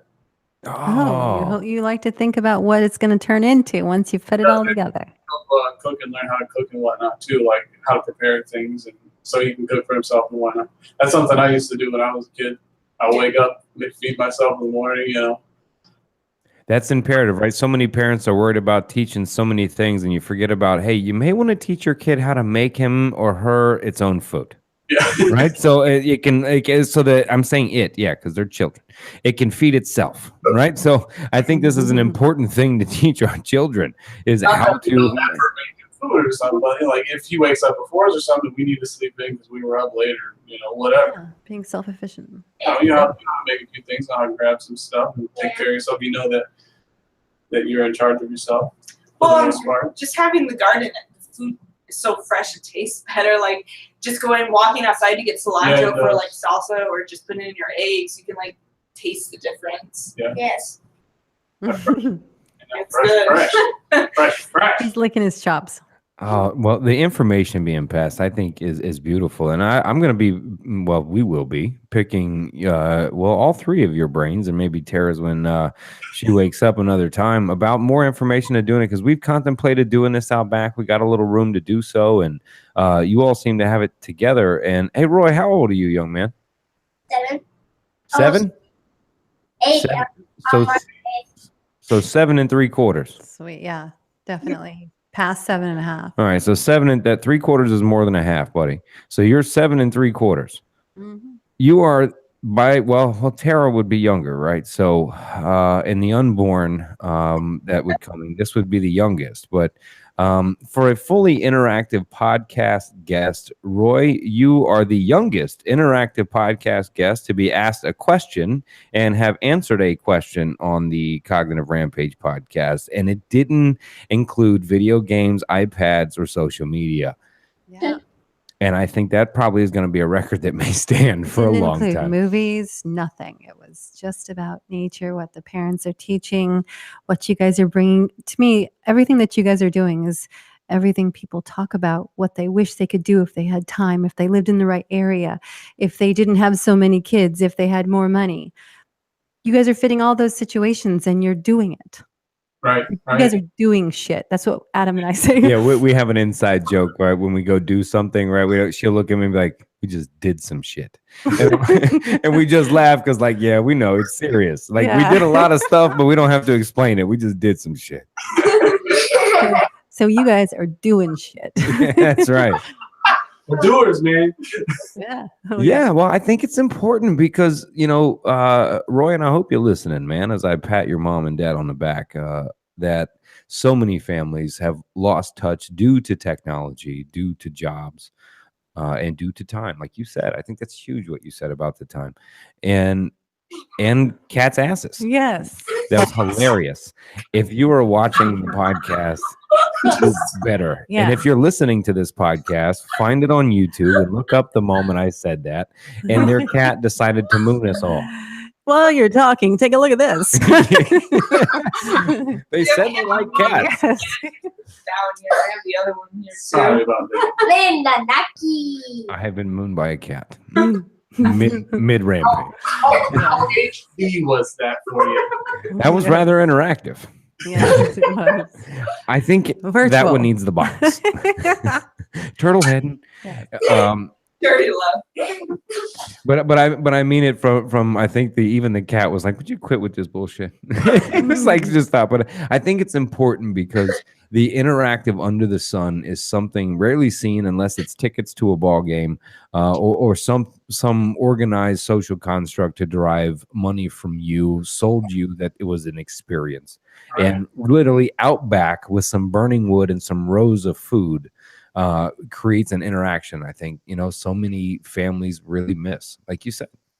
Absolutely. It's what everybody wants to get back to is where you're at. Yeah, and if people knew how to garden and use space efficiently and whatnot, they'd have that, and they'd have more to give to their neighbor, and then we would have this abundance. But I don't know how to get people to get involved, because even our neighbors who see us doing it, they're just like, yeah, we made a little garden here, and You have to we change don't really people's take care of it. priorities too, though. Some people don't really. Yeah, right. But we don't do those types of things. We don't go to a ball game. We don't take the time to watch sports. I'm more of like, I'm a doer. I don't like watching stuff. I don't want to watch a football game. I'll play football. You want to go play football? Let's go play football. You want to play baseball? You want to play basketball? All right, let's go do it. I'm not going to sit here and watch that guy do it. Maybe once in a while. I went to a baseball game last year with my mom because she just really wanted me to. And I'm like, all right, I'm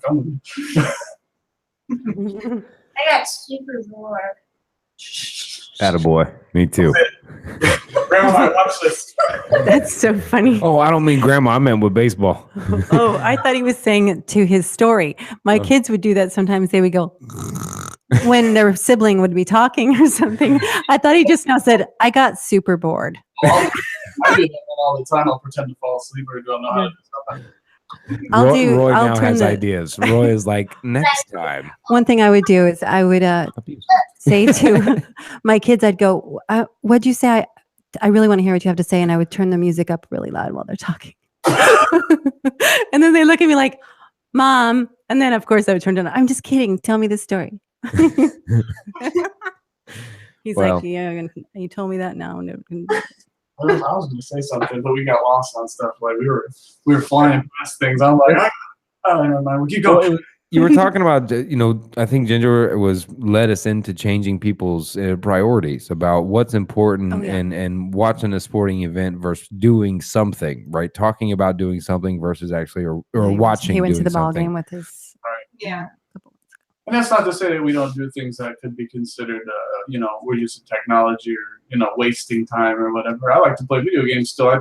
But I have my own philosophies on that. I think we play games that we can play together, or we'll play puzzle games, or, things like that, things that challenge him, things that, or competitively. So I'll be sitting there playing with him and I'll give him just enough where I'm challenging him. And then he'll start beating me. And I'm like, but I'm a little bit better than that, buddy. So you don't have to keep going. See, I think that is probably one of the pros actually about, as far as pros and cons about watching sports. Like when I watch the fighting, when I watch the videos of you fighting, or whatever, I do learn stuff as well. You know how you're saying you can't take the time. That's usually the time that I do take the time to do it because we don't really watch sports either. But when we do, it's more like, if we that watch kind. sport, anything on what we're watching UFC or some sort of mixed martial arts. If we watch anything, Recently, I've just been watching Mr. Adam here. And Mr. Naughty. alrighty. We do watch I'm sorry. too much. No, I honestly, you all should honestly, Tim, we'll talk later, maybe off this, man. But I really like what you all are doing and the way it interacts. I love how it makes your neighbors uncomfortable. I think that's what I love most. That's the part I'm going, wait, tell me more. So people are pissed at you for this? But so here's the thing. I was doing the cold stuff. I was doing all that shit. But now I'm out there sprinting like a psychopath, like slinging functional pattern style up and down the streets. So now you're playing with my club around. do they call you Doc? you're out there playing with There's your no roads. instruments, flying kites in the storms. Barefoot sprinting up and down lawns and shit. Like, do you see how fast that guy's running? Well, I do say in the book, right, you have to be willing to get a little crazy to get a little sane.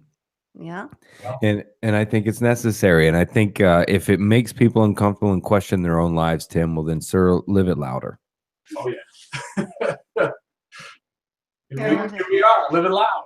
But you really should, man. I've been sitting here quite entertained, even with Mr. Roy. I am just literally just at the screen going, when you all stop talking, I'm like, oh shit, I gotta talk. Stuff. Tim? Like that's really what I'm at. I'm so like maybe start filming this stuff. You know what I mean? You got a camera guy and Roy, film it. Like maybe you watch, when people see some documentary, the effects of Roy's life and Tara's lives and your relationship, even, right? How it may grow through growing, literally, like this, forgive the pun. I think that it would actually provide a lot of hope for people that were doubting that would work. Yeah. Your lifestyle, what you guys are doing, the marriage, the young marriage, the kids, all those things that people might doubt because of statistics. I think it would be a good vision for them to see that it still works. It does happen. There are ways. A lot of the things that we do aren't very conventional, I guess you could say. Well, I mean, we they're didn't. conventional things, but Yeah, I don't we're know. doing them in an unconventional place. because that's their conventional. Growing food, that's pretty conventional. grow I mean, food, you might want to do Right. But you're right, both of you. Isn't that funny? She's like, you're right on. we homeschool our kids. We've been in our relationship for so long, so a lot of things people kind of question what we do, but we just keep doing it and prove them wrong. I guess I don't know. I can't tell you how many times I've been told that's not going to work. Okay. Well, I think to take us out then on the podcast is a good place to start is, what did they tell Tim and the Ginger and the Roy and the Tara and all the Droogans about what wouldn't work, what can't work, and what you must do as opposed to what you do? One, what would you tell the naysayers? And then end it a little more nicely by what would you tell that family that is on the cusp of maybe doing the gardening, finding different ways, everything we've talked about tonight? What would be, what say you to them? Just do it, man. Just do it. Just try it out. See how it goes. Nike again. Just Nike again. even if it doesn't work out, you're gonna learn something. Even if that food doesn't grow, you're gonna learn. Okay, well, I don't do it that way. Try again. Try different ways. Try Do little again. steps if you have to. Like that's what we did. We researched and then slowly over time we were gotten better at what we're doing. So we were growing stuff out on the porch, and now we have a huge garden. just keep ramping it up. Try a little more. Try a little more. See how you can expand. Find ways to be efficient about it. It's not as much work as you think it is if you have kids to clean up all of the weeds and whatnot. So just have a couple of kids. Right. They end up serving so many purposes, don't they? I'll tell you what, you guys, just from, and especially Roy, I sit here and I'm watching your energy and it makes me go, why in the heck am I complaining about one single thing?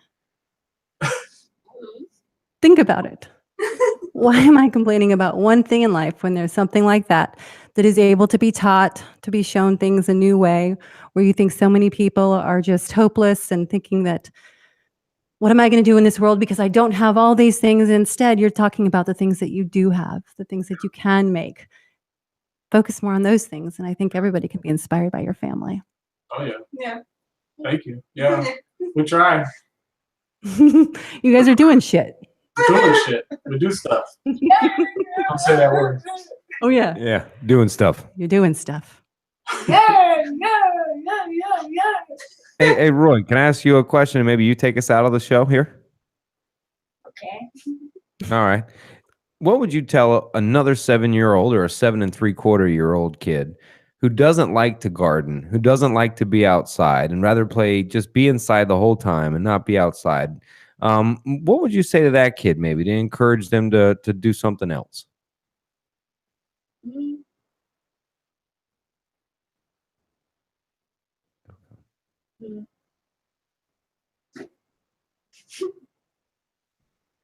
Continue saying. Yeah. What are you saying? Jake, you said, Jake, I don't know about saying.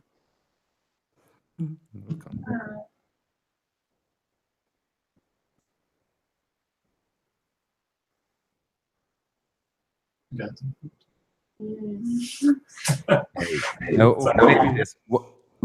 We'll make it a little easier. If you had to say something to somebody that hasn't gardened before, What would you tell somebody that hasn't experienced being out in a garden and growing their own food before? Well,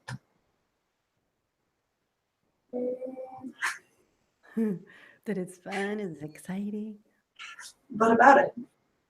I know it's good, mate, buddy. Come on. Yeah, I think he's really going. I think I've been telling you that this entire time on the podcast, you idiot host. I think that's what he's probably saying because like- truthfully, Roy's going, what do you think we've been talking about here the last hour, man? I've told you this entire time, and now you asked me to sum up the entire interview I just gave you. He's like, my behavior should sum it up. Right. He's like, are you kidding? I just I'm answered happy you. It was kid. fun. It was awesome. We pick fruit. We grow our own. We make our own. And you asked me the same question. Frankly, I would honestly tell you that the hostess does not have the mostest with this question, because I would say that the curiosity of the young mind would win in this philosophical debate. Because frankly, we just did an 1.5-hour interview about what you do. Is it fun? What do you like best? And then I go, so to put you on the spot of a camera you've never been on before, 7-year-old, sum up everything that we just talked about for an hour. No, he's a little tired. Yeah, don't worry about that, Roy, because you have answered that question for the last 1.5 hours, sir. And the host himself asked a poor question, trying to be slick and creative. So I'll eat my own foot with that one. That's on me. He's still on the. He's like, what? It's like, what? Are we picking strawberries yet, or what?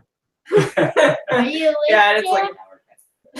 Yeah, so we've kept the kids up. So any last words? Any so you get out there, something maybe you wanted to say, because Tim, we've talked before, podcast remorse happens. You go, oh, I meant to say or talk about. And I mean, I'll have to come on at least 15 more times to tell you. other than global domination and depopulation, other than these sidetracked. Oh yeah, I gotta throw that out. Sorry, hashtag depopulation crew. Yeah, forget except my children hashtag, right? I mean, depopulation hashtag except the one I'm having on the way. Right. Doesn't quite mesh well. I'm not. I think that even with the population, we could find ways to be efficient and produce abundance for everybody. So and that's the team I want to be fighting for. So Well, you're certainly leading by example as opposed to by your words. right, yeah. But I guess my words would help a little bit too. I think your neighbors know them. Yeah, that's really. And I'm going to guess the HR guy at UPS does too. Yeah. Yes. Oh, I can say it. Fuck them. I can say it. Tim has done nothing but talk nice things about UPS, how they're inviting to his ideas for a healthier culture to try to make a healthier employee. They've actually sat Tim down and said, Tim, thank you so much for trying to make our employees healthier and take caring of themselves, to keep our insurance costs down and low, that you're trying to educate our own employees on how to do so. And frankly, could be saving us 2 or 3% on our insurance costs over the year. But frankly, we're not going to pay you anything for that. So thank you. But that's all they've really said, as far as I know. Yeah, pretty much. Yeah, I like it. I got a couple of allies, but I got a lot of interested people, but there's a lot of I think your idea is brilliant, and the minute you go and build that and you start doing it, Tim, we'll bring you on here to talk about how you want to go into workplaces and educate those that are in the labor force that you experience each day, which is light, repetitive labor work can be more damaging than heavy labor work over short periods. And so Tim wants to go into workplaces like FedEx and UPS, and FedEx, if UPS doesn't listen, is where I'd go. But I was just saying, and bring into their employees an actual training method on how to not be sore, how to sit proper, how to walk, how to do things. I mean, think about how many people that drive a truck and are out or injured back, right? For how much? What's that cost the company? You know what I mean? That's crazy money. Well, That's big consultant money. hopefully, maybe at some point there can be incentives for companies that put their employees through nutritional education or things like that, where they can get a discount on their insurance rates, saying that they went through that. Like with car insurance, if your kid is getting good grades, you get the discount. So maybe the approach could be with the insurance premium, Right. If your employees have gone through this process, your company saves 5% because you're caring about your employees and being a better client for the insurance. Mm-hmm. And yeah, that's definitely a place I'd like to go in the future potentially. For now, I'm going to continue to do the job and test the system further. I'm doing fantastic since I started doing functional patterns. I'm super happy with the outcome. That's why I'm a fucking believer to the death, man. I'm like, shit, they changed my life. So, you know, I really want to find a way to bring that to people. I'm trying to help. Oh, Nick said hi, by the way. That's probably Nick earlier. What's up, brother? Nice They're trying to start a gym out here, and I'd like to fund them, and I'm going to keep going to work with Nick and just really put that to the test. And I hold myself to that all day at work. So when I'm at work, I'm focusing on my sling system and the way I lift and not lifting if I can, so that I'm not doing too much of the sagittal plane lifting. I used to lift all the time. That's all I did. Nobody told me that if I just kept working the exact same two planes of motion, that this was going to become a problem, and that I needed a little bit of this in there too. So, yeah, I've been teaching people about myofascial release, and I'd like to do more functional pattern stuff, but there's only so far I can take that too, because I haven't finished my training with Nadi, and I haven't got the biomechanics specialist stuff done yet. So, Yes. and I think I would have to even ask him to that point as well. Like, what can I teach people? Because he himself has tons of techniques and stuff that he doesn't want people to know about. So, you know, that's still something I would have to reach out to him and talk to him about too. Yes. Even if it's bringing the awareness to those workplaces about what those work environments are like, man. I mean, yeah, that changes lives. The only thing I I'll say, definitely have as far as where I'm at. I made quite a bit of noise. yeah. Well, the employees that you see that he works with, a lot of them are injured or they complain about aches and pains, and even just taking care of their bodies would help them so much if they only knew. And a lot of people don't even know how to fix it, where to go. And with him knowing FP is a great tool to help everyone, I guess. Yeah, it's bringing more awareness, especially if your approach isn't like you're selling something, you know? It doesn't sound like it is. It sounds like your approach is you care about people's physical health and you want to share it. Who doesn't get excited when you're experiencing something that is actually affecting your own life physically? You want to go, dude, try this. Yeah. You have to. It's almost impossible not to. Like, Yeah, because he was in a the bad change is so different and so clear, even in me around the workplace. Like, I went and trained with Frida in February of last year, and just that one time coming back, my posture was ridiculously better. And people were like, dude, you're taller, you know, like, what the hell, your shoulders are more like engaged and whatnot. Like, there was a huge, like, lots of people were like, whoa, what the hell is going on? But to that same degree, a lot of people have gone like, well, you know, maybe that's too much. But, you know, it makes people do that. It's the same thing with the gardening. Like, my neighbors see me gardening and trying to garden a little bit, but not really understanding and not wanting to come to us or, you know, communicate with us in a lot of those ways too. Basically things that require knowledge and depth and thought and dedication. Yeah.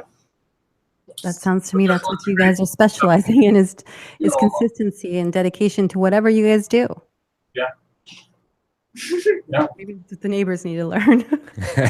Right. That's exactly what the neighbors need to learn. Give some little cue cards of dedication. Pass them out and teach them. I appreciate you all coming on and sharing, and good to finally have the whole Droogan clan, as I'm going to refer to it now, on to actually see everyone's faces instead of just background and all that, and sharing your family really, and opening up the inside of your home and your children and your interactions and how to meet. It's a hard thing to do, and it's tough for people to do. Yeah. Yeah.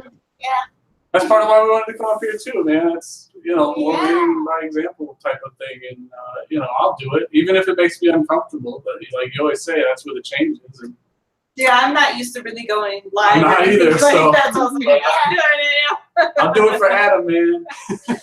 I'll do it for me and all those people too, you know. Yeah. Not just for Adam, but, you know, all those Yeah. all the doers out there, all the tribe members, you know, go live. You know, I'd love to see you guys. Like, I wanna see more of that. I love watching those videos. sometimes you got people up there just like fucking having a bad day, or some people are just sharing a good day. Whatever it is. Yeah, maybe people don't know we garden. We can talk about gardening. Yeah, homeschooling. Well, I would love to one time for you guys to see it. Show it. I'll try it. Show the He gardening. did. He walked through it on tribal. I did do that one time. Yeah. Oh, okay, cool. But I also don't. Just keep going. I don't want to be up there all the time. I'm the only guy up there. Like, hey, everybody, look at me. We're going to watch a puppet show. I'm too busy laughing at him, man. I'm cracking up at him. I know. Let's do some Ace Ventura stuff. Oh, yeah. Okay. I can do some Fire Marshal Bill. Or no, is that? No. Yeah, no, we shouldn't do that. We shouldn't do that right now. Yes, there you go. Yes. Yeah, UPS driver. Oh, yeah. Not a very good UPS That's a driver. pretty accurate depiction. Not a very good UPS driver. Looks broken. Most likely, sir. Yeah. Here you go. But it was probably something nice. You can tell he's seen that. But it was probably He's like, finally some more fun stuff. Oh, yeah. That's a perfect way. Yeah, so I'm going back about the stuff at work. I kind of consider myself the research on that, so that's why I want to keep working with Nick and hammer this out and see how far it can take me, see how much better it can improve my life. And it has drastically. And I'm going to be working with her after she has the baby. Obviously, she's got a little bit of a spine thing going on here. Yeah. So that'll be my first training priority is these guys. So I already have a job where I can make some money. I don't want to have to, work training people making money that way. I'm gonna work on these guys first. Yep. And transition at some point. I want to keep helping Nick get his Then we gym go, going yeah. on. But so I have somewhere to train and keep pushing that to the limit. Just test my limits. I would definitely like to even see what you guys are talking about. All the things that you're talking about, I would, it's kind of like we were talking earlier about kind of a face to a name to see your family and stuff like that. I would love to see more of what you guys are talking about so that people can watch and get become brave themselves and start getting in front of the camera also. I'm sure there's something everybody can teach someone.